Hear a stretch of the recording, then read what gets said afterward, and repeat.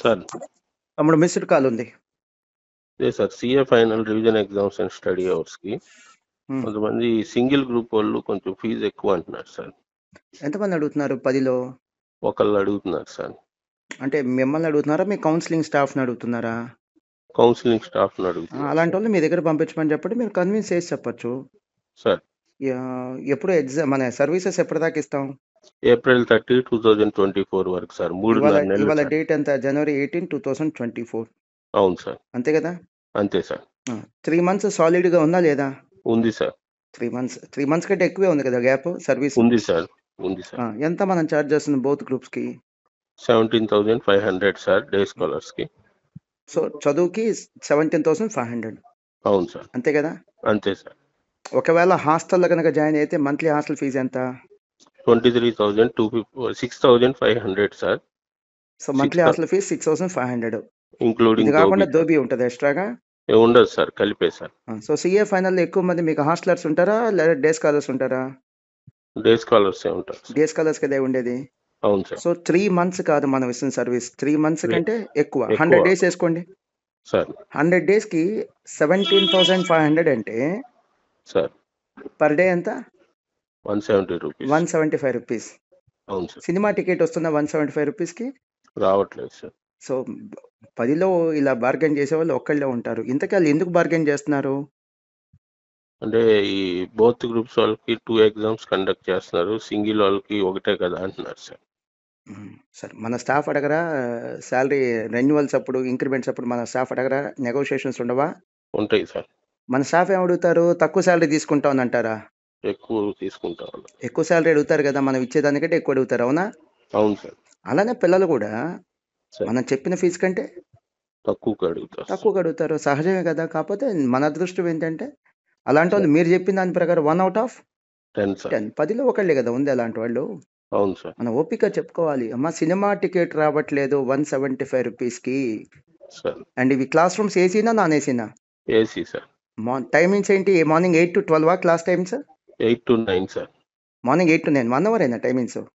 కాదు sir, 8 AM to 9 PM sir. Morning 8 నుంచి night 9. Sunday బందా? సండే క్లోజా అంటున్నా నేను. హాఫ్ డే ఉంది సార్. సండే కూడా హాఫ్ డే ఉంది. అవును సార్.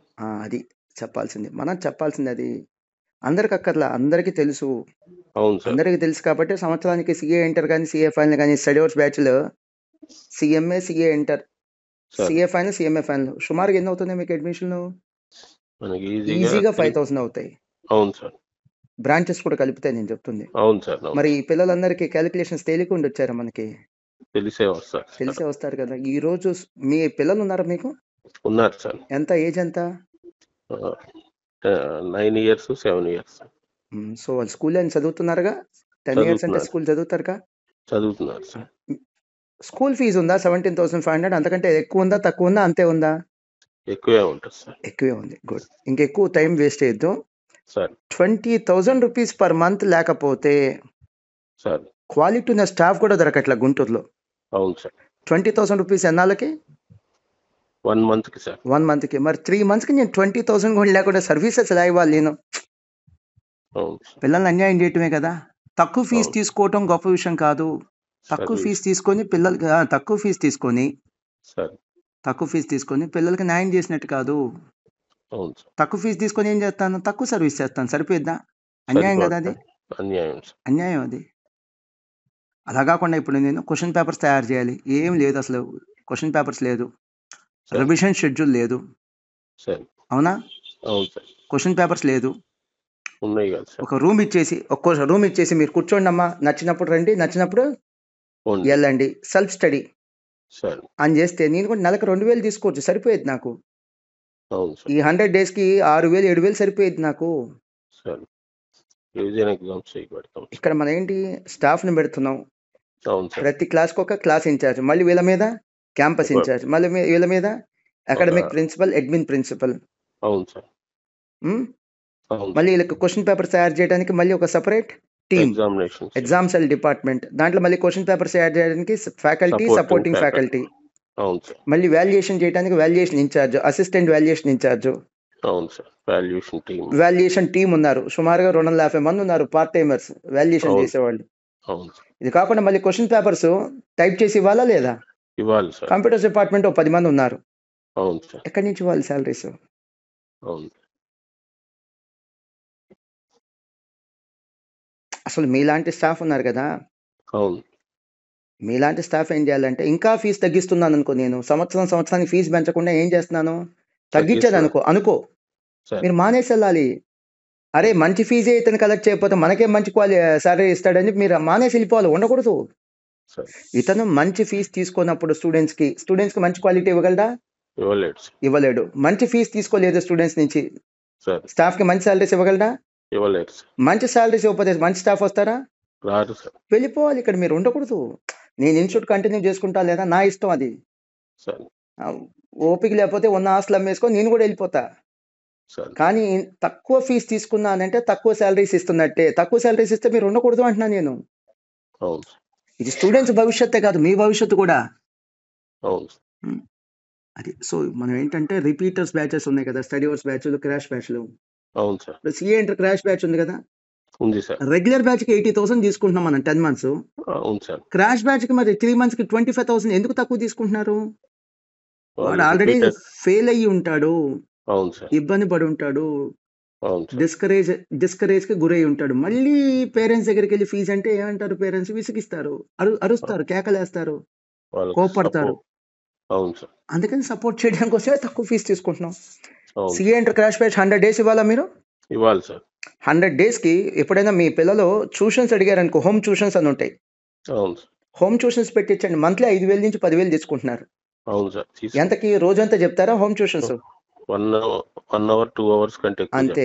1 hour చెప్తారు హోమ్ ట్యూషన్స్. ఇంటికి వస్తే 10,000. పెద్ద క్లాస్, హయ్యర్ క్లాస్ అయితే. లోయర్ క్లాస్ అయితే 5,000. సో వరి అవ్వద్దు. మనం ఫీజులు తగ్గించి కొత్త వ్యాపారానికి నాంది పలకద్దు. అన్హెల్తీ కాంపిటీషన్ కి తెర తీయద్దు. మన గొప్పతనం తక్కువ ఫీజుకి చెప్పడం కాదు, మంచి క్వాలిటీ ఇవ్వటం. మంచి క్వాలిటీ ఇద్దాం. ఇది చూసి అప్రిషియేట్ చేసి జాయిన్ అయ్యే పిల్లలు సంవత్సరానికి ఎంతమంది ఉన్నారు? 5,000 మంది. 5,000 మంది చాలు. ముందు మనకి అడ్మిషన్స్ పెరగకపోయినా పర్లేదు, ముందు ఈ 5,000 మందిని సాటిస్ఫై చేసి పంపిద్దాం. మన సర్వీసెస్ లో కొన్ని వ్యాక్యూమ్స్ ఉన్నాయి, కొన్ని లోట్లు ఉన్నాయి, కొన్ని లోటుపాట్లు ఉన్నాయి. అవి సర్దిద్దుకుందాం. క్వశ్చన్ పేపర్లో కానీ, వాల్యుయేషన్లో కానీ, స్టడీ అవర్స్లో కానీ ఉన్న పొరపాట్లను ఏం చేద్దాం? సరి చేసుకుందాం. జాయిన్ అయిన వాడిని సాటిస్ఫై చేసి పంపిద్దాం. అరే ఎందుకు జాయిన్ అయ్యారా ఇక్కడ అని ఫీల్ అవ్వకుండా చేద్దాం చాలు. ఎవరో ఇంకేదో ఫీజుకి తక్కువ చెప్తున్నారంటే అసలు వాళ్ళతో మన కంపారిజన్స్ వద్దు. మన ఫీజు ఏదో మందే, అంతే. ఇది నా అభిప్రాయం. ఇది మీ అభిప్రాయం ఏంటో తెలియదు. కూర్చోబెట్టి సెల్ఫ్ స్టడీ ఒక హాల్ లాగా ఇచ్చేసి కుర్చీలు మంచాలు వేసేసి, లేదా బెంచీలు కుర్చీలు లేదా టేబుల్స్ ఇచ్చి మీరు చదువుకోండి అంటే అంత ఫీజు అక్కర్లే అసలు. ఎగ్జామ్స్ ఉండవు, మానిటరింగ్ ఉండవు. వచ్చినా అడిగేవాడు లేడు, వెళ్ళినా అడిగేవాడు లేడు, రాకపోయినా అడిగేవాడు లేడు. ఏం చేస్తున్నారు, కూర్చొని చదువుకుంటున్నారా, సినిమా చూస్తున్నారా, అడిగేవాడు లేడు. మనం పర్ఫెక్ట్ గా చేస్తున్నాం నేను చెప్పట్లా, మనలో కూడా లోపాలు ఉన్నాయి. దానికోసం కదా నిన్న ఒక స్టాఫ్ మీటింగ్ పెట్టలా నేను. మనం చేస్తున్న తప్పులు ఏంటని ఎందుకు చెప్పాను నేను? సరి చేసుకోవాలి. జాయిన్ అయిన వాడిని మనం జస్టిఫై చేస్తే వాడే ఇంకో కొత్త అడ్మిషన్ చేస్తాడు. అదే బెస్ట్ పబ్లిసిటీ. ఉంటాను.